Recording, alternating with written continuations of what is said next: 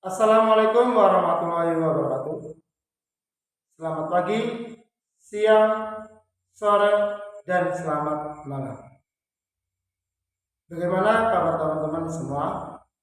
Mudah-mudahan semuanya selalu mendapatkan kesehatan baik jasmani dan rohaninya. Teman-teman semua, pada hari ini kita akan mempelajari sebuah materi, yaitu mengenai kebijakan moneter.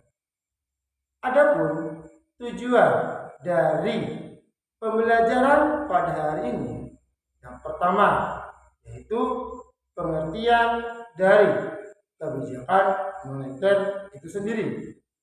Yang kedua, tujuan adanya kebijakan moneter, dan yang ketiga yaitu jenis-jenis kebijakan moneter. Yang keempat, instrumen kebijakan moneter, dan yang kelima, dampak dari kebijakan moneter. Kebijakan moneter. Setiap manusia dipercaya sebagai seorang pemimpin.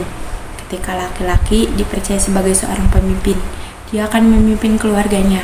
Ketika perempuan dipercaya sebagai seorang pemimpin, dia akan memimpin anggotanya.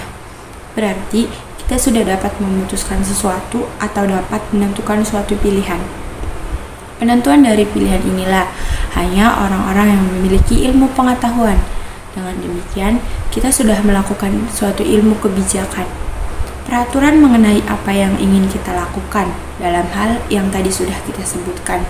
Inilah yang dimaksud kebijakan moneter, mengatur dalam bentuk keuangan yang kita peroleh disesuaikan dengan kebutuhan.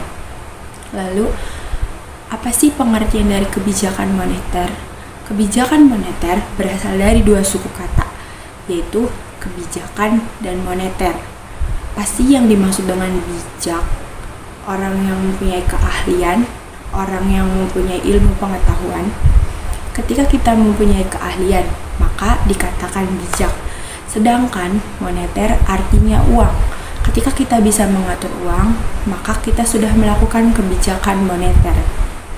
Oleh karena itu, kebijakan moneter merupakan pengaturan persediaan uang untuk mencapai tujuan tertentu. Tujuan kebijakan moneter. Tujuan akhir dari kebijakan moneter adalah suatu kondisi ekonomi makro yang sebenarnya ingin dicapai. Maksud dari kondisi ekonomi makro yaitu untuk menganalisis seluruh industri dan ekonomi yang terjadi di suatu negara. Tapi tujuan tersebut tidak sama dari satu negara dengan negara yang lain, serta juga tidak sama dari waktu ke waktu. Jadi dari satu negara dengan negara yang lain, misalkan contohnya negara Indonesia dengan negara Singapura, pasti mempunyai kebijakan moneter yang berbeda karena dipimpin oleh pemerintah yang berbeda. Terus juga dari waktu ke waktu, entah itu tiba-tiba ada inflasi atau tidak, pasti kebijakan moneternya juga akan berbeda karena tergantung kondisi ekonominya seperti apa. Jadi, pasti akan diambil jalan terbaik buat kebijakan moneter yang bisa menguntungkan semua pihak, khususnya untuk suatu negara. Tapi tujuan kebijakan moneter sebenarnya tidak statis, namun dia mempunyai sifat yang sebenarnya dinamis. Kenapa mempunyai sifat yang dinamis? Karena lebih disesuaikan dengan kebutuhan. Akan tetapi sebenarnya kebutuhan perekonomian suatu negara atau kebanyakan dari negara-negara itu sendiri menetapkan 4 hal dalam menjadi tujuan dari kebijakan moneter.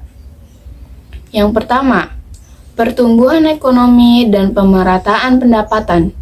Pertumbuhan ekonomi adalah peningkatan dalam kemampuan dari suatu perekonomian dalam memproduksi barang dan jasa.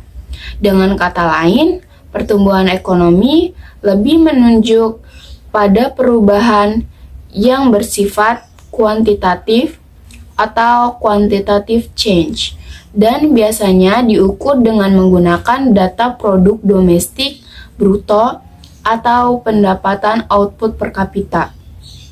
Sedangkan pemerataan pendapatan adalah suatu kebijakan di mana semua orang mendapatkan bantuan itu sama, tidak dibedakan oleh apapun, baik ekonomi maupun jabatan. Nah, jadi di sini ternyata kebijakan moneter juga berhubungan banget dengan pendapatan masyarakat atau negaranya seberapa besar. Kedua, kesempatan kerja. Kesempatan kerja adalah banyaknya lapangan pekerjaan yang tersedia untuk angkatan kerja atau suatu keadaan yang menggambarkan tersedianya lapangan kerja yang siap diisi oleh pencari kerja. Dapat dikatakan bahwa kesempatan kerja sangat erat hubungannya dengan kemampuan dari pemerintah supaya menciptakan investasi yang juga aman.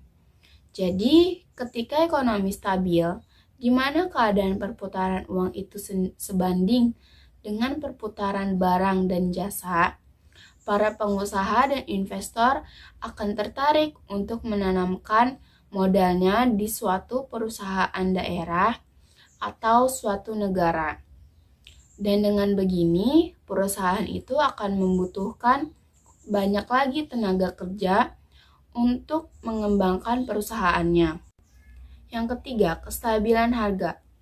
Prasyarat untuk mencapai peningkatan kesejahteraan rakyat melalui pertumbuhan yang tinggi dan peningkatan kualitas pertumbuhan adalah stabilitas perekonomian. Stabilitas perekonomian menciptakan stabilitas harga karena perekonomian yang stabil mampu menyebabkan biaya yang rendah atau terjangkau bagi masyarakat. Sebaliknya, ketidakstabilan akan menyengsarakan masyarakat karena rencana masa depan sulit tercapai, khususnya dalam jangka panjang terkait investasi. Jadi uang, barang, dan jasa itu akan menimbulkan harga. Dan ketika ekonomi stabil, harga barang dan jasa itu bakalan stabil juga. Sedangkan ketika keadaan perekonomiannya tidak stabil, harga di pasaran itu bakalan naik turun. Jenis-jenis kebijakan moneter itu dibagi menjadi dua macam. Jenis yang pertama yaitu kebijakan moneter ekspansif. Kebijakan moneter ekspansif merupakan suatu kebijakan yang dilakukan oleh pemerintah untuk menambah jumlah uang yang beredar. Penambahan jumlah uang yang beredar di masyarakat ini tentunya harus menggunakan beberapa instrumen yang harus dilakukan oleh pemerintah. Instrumen yang pertama yaitu rasio cadangan wajib. Rasio cadangan wajib merupakan suatu kegiatan menaikkan atau menurunkan jumlah uang yang beredar. Oleh karena itu, dengan adanya kebijakan ekspansif ini, maka pemerintah akan menurunkan rasio cadangan wajib dengan menurunkan cadangan tersebut. Rasio cadangan wajib bisa diturunkan atau dapat dengan mudah dilakukan oleh pemerintah seandainya pemerintah melakukan instrumen yang kedua, yaitu dengan cara melakukan himbauan moral.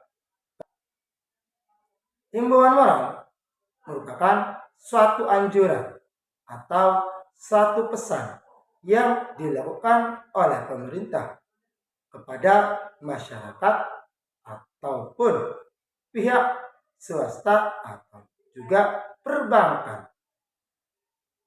untuk melakukan pesan-pesan yang dilakukan oleh pemerintah. Pesan yang dilakukan oleh pemerintah pada himbauan moral dalam jenis kebijakan yang pertama yaitu kebijakan ekspansif, yaitu dengan cara memberitahu kepada masyarakat untuk